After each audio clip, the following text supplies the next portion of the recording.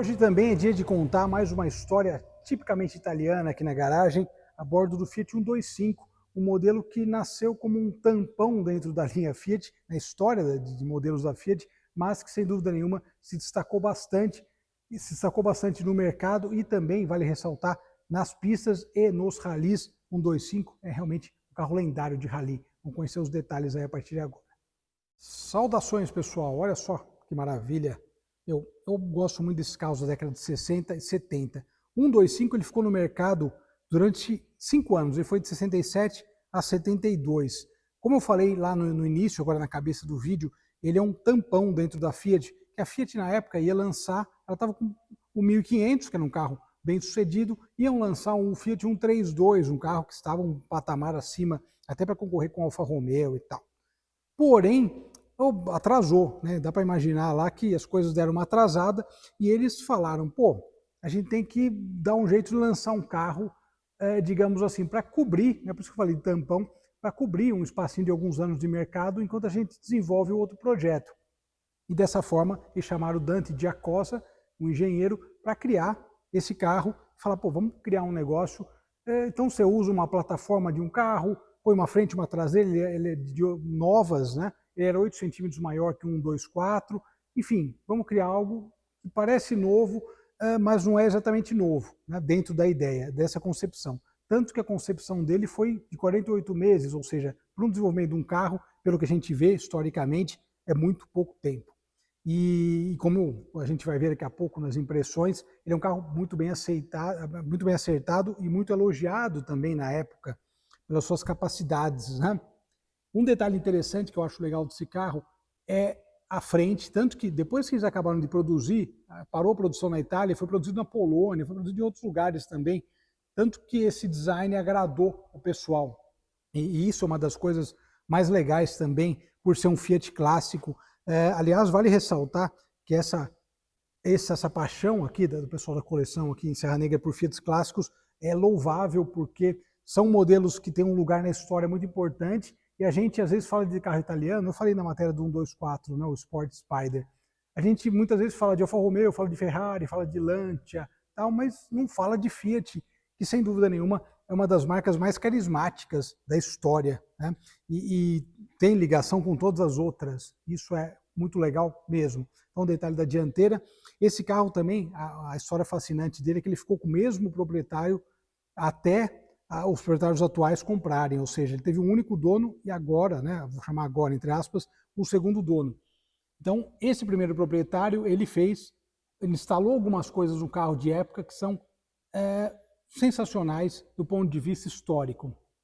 Esse jogo de rodas é uma delas, essas rodas Cromodora, a gente viu na matéria do 124 do Spider, né, o Sport Spider, e elas foram instaladas então nesse carro justamente para combinar, porque era do gosto do proprietário. E casou bem, logicamente, o desenho casou muito bem. E agora entram aquelas coisas que a gente adora, eu adoro mostrar isso aqui na garagem, é um sobrevivente, é aquele carro que passou a vida toda sem restauração, com aquelas marquinhas do tempo, que eu acho isso fenomenal, porque esse carro realmente ele acaba sendo, né, uma testemunha histórica de tudo. Isso é bem fascinante para quem gosta de história e de carro. Olha o detalhe aqui, deixa eu mostrar na parte interna, aquelas orientações gerais para amaciamento. Ele estava me contando aqui que os carros italianos não usavam retrovisor. Aliás, a gente fez matéria com o Fiat aqui da coleção, eu vou até colocar essa matéria indicada no final.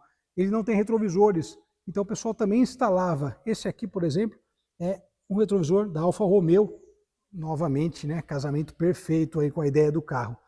E o que é legal do 125 é isso, ele é um carro que nasceu de uma forma muito própria e ele acabou se tornando uma referência em muita coisa. Eu vou falar daqui a pouco, guiando do desempenho nos rallies desse carro, ele virou um carro lendário de rally, tem muita história bacana sobre o que os caras conseguiam extrair de potência também desse motor, e era fabuloso.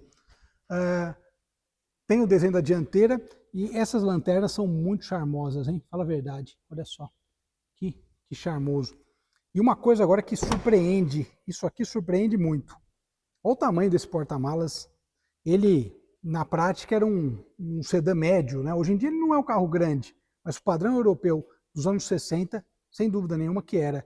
Olha o detalhe do tamanho do porta-malas, é um carro bem familiar, e esse detalhe da antena elétrica, também instalada por esse primeiro proprietário. Olha que legal. Ele comprou nos Estados Unidos e tal. Ou seja, interessantíssimo, né? Eu acho que história automotiva é fantástico. Olha legal essa maçaneta, a abertura da maçaneta, né? E o estado geral desse carro, meus amigos, é impressionante. E é aquele carro que eu gosto de mostrar aqui, o carro que teve um único dono, né? Até, né, nos últimos tempos, mas que a pessoa cuidou do carro, gostava de carro. Isso é muito bacana. Fechamento de porta, você vê tudo bem redondinho, tudo bem acertado. A cor do estofamento também, outra coisa que chamou atenção, né? Essa combinação externa com a cor interna, sensacional. Uma coisa legal que eu sempre mostro é da ergonomia. É lógico, aqui a gente está falando a gente falou da matéria do 124 do Spider, que é um carro esportivo, né, com outro espírito, uma outra proposta. Esse é um carro com uma proposta mais familiar, digamos assim. Então ele tem, né, a posição de dirigir é mais conservadora, digamos assim. E o detalhe do painel também, olha só, trazia o que era necessário na época, né, velocímetro e o relógio, olha só que interessante. Veglia Borletti, que é marcadores clássicos, né, italianos, que eu comentei aqui, ó, das instruções de amaciamento. E ele colocou outros acessórios também, olha só que legal, contagiros, esse contagiros aqui em cima, hein, sensacional, e esse rádio aqui, Autovox, também. Último detalhe interno que vale ressaltar, esse aqui, o câmbio de 4 velocidades originalmente, mas agora ele usa, quer dizer, agora ele foi trocado pelo proprietário por um de 5 marchas, e detalhe, um câmbio também da Fiat. A gente fala de uma outra questão curiosa aqui, que eu falo às vezes que tinha carros que não tinham cinto e tal, era outro padrão de segurança. Esse carro não tinha cinto. Também, ele estava me contando aqui agora, é um cinto alemão que foi instalado pelo primeiro proprietário. Realmente sensacional. E aqui o cofre do motor, que um cofre nesse caso que guarda um tesouro, falando em termos de engenharia e desenvolvimento de motores. Bom, algo legal, uma buzina Fiat de 3 toques, olha que interessante. Isso aqui que eu sempre falo dos carros atuais, que as marcas hoje em dia não têm mais esse forro de capô. E aqui, realmente, isso aqui é sensacional. Esse motor de 1,6 litro com 90 cavalos, que o duplo comando foi criado pelo Aurélio Lampredi, que era engenheiro da Ferrari. Ou seja, esse carro tem um DNA muito bacana. A gente vai andar e comentar sobre isso e sobre o desempenho dele no rally e nas pistas.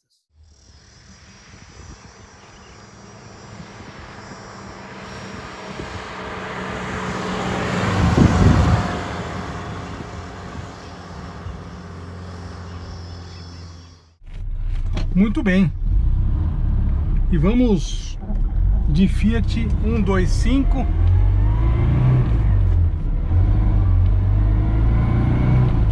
Eu comentei, ó, repara no contagiros, ó que bacana. E eu comentei sobre esse carro em especial, sobre esse modelo que foi produzido de 67 a 72. E é muito engraçado o contexto de época. Essas histórias da indústria automobilística realmente são fantásticas. Você imaginar que o carro acabou surgindo meio por acaso, porque eles precisavam tampar um buraco na produção para a chegada do novo modelo. E no fim o carro fez sucesso, ele caiu no gosto dos compradores.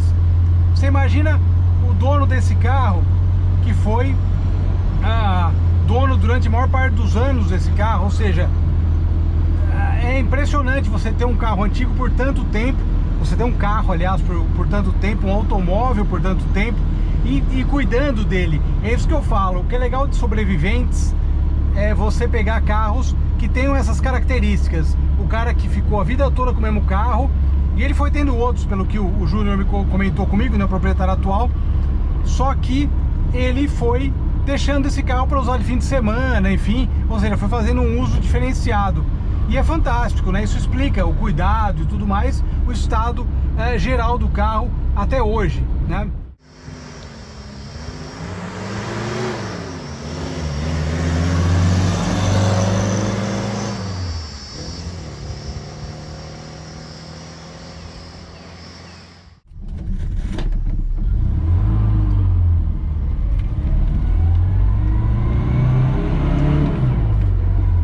contagiros é sensacional e justamente abre a deixa para a gente falar de uma outra vertente do 125, que foi a participação em rallies. Você digita lá no Google Fiat 125 Rally, cara, é fantástico. E eles extraíam desse motor, originalmente de 90 cavalos, eles conseguiram extrair mais cavalaria e entregar 125 cavalos. Eu comentei sobre a origem desse motor. Realmente o engenheiro da Ferrari, um cara que criou modelos de Fórmula 2, criou inclusive modelos de pista da Ferrari correr em Le Mans. Realmente sensacional ele criar uma versão, né, um motor para rua. E logicamente o duplo comando de válvulas, um motor bem desenvolvido mecanicamente, realmente fantástico. Tanto que a dirigibilidade desse carro, ela é muito legal, justamente por conta disso. Você tem um conjunto que é interessante e logicamente um motor que atende bem até em rotações um pouco mais elevadas.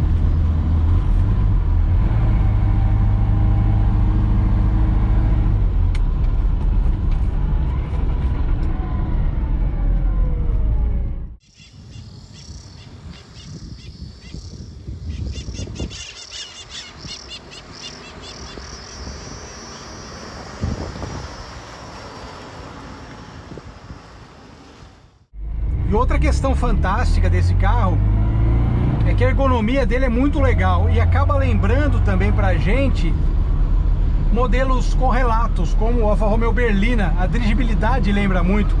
Essa alavanca de câmbio aqui bem centralizada, bem ao alcance da mão, ou seja, meio braço você já está cambiando. Realmente sensacional. E novamente, dirigibilidade desse carro fenomenal, gostei bastante dentro dessa ideia, né? Um carro, como eu falei, mostrei para vocês a ergonomia dele, é um carro de família, mas é um carrinho bacana. Até, como eu falei, até lembrou aquele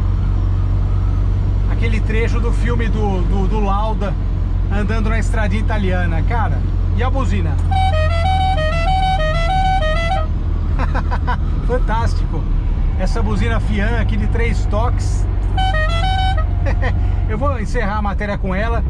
E é isso aí, meus amigos. Vou dar mais uma voltinha, porque, cara, que delícia. Adorei esse contagiros. Realmente, cereja no bolo desse carro. Bom de andar.